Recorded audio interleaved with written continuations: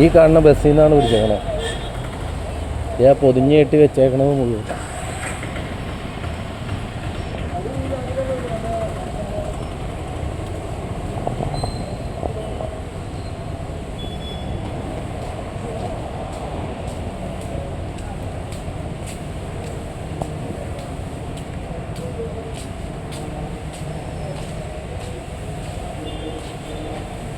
പൊതിഞ്ഞ് കെട്ടി വെച്ചേക്കണത് മുഴുവൻ.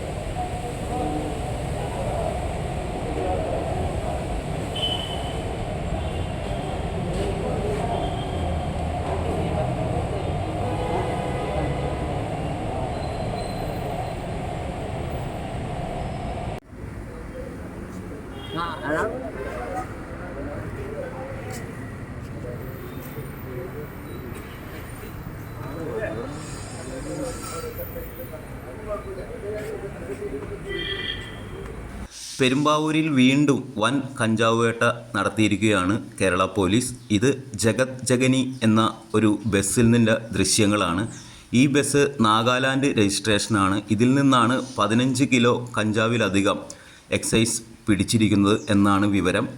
ഈ ബസ്സിൽ നിറയെ അന്യ സംസ്ഥാന തൊഴിലാളികളാണ് എന്ന് പറയുന്നു. ഈ തൊഴിലാളികളുടെ ആണോ അത് ബസ്സുകാരുടെ ആണോ ഈ കഞ്ചാവ് എന്ന് അറിഞ്ഞിട്ടില്ല. എങ്കിലും 15 കിലോയിൽ മുകളിൽ തന്നെ ഏതാണ്ട് മാർക്കറ്റ് ജംഗ്ഷൻ, പെരുമ്പാവൂർ മാർക്കറ്റ് ജംഗ്ഷനിൽ നിന്നുള്ള ദൃശ്യങ്ങളാണ് ഇത്.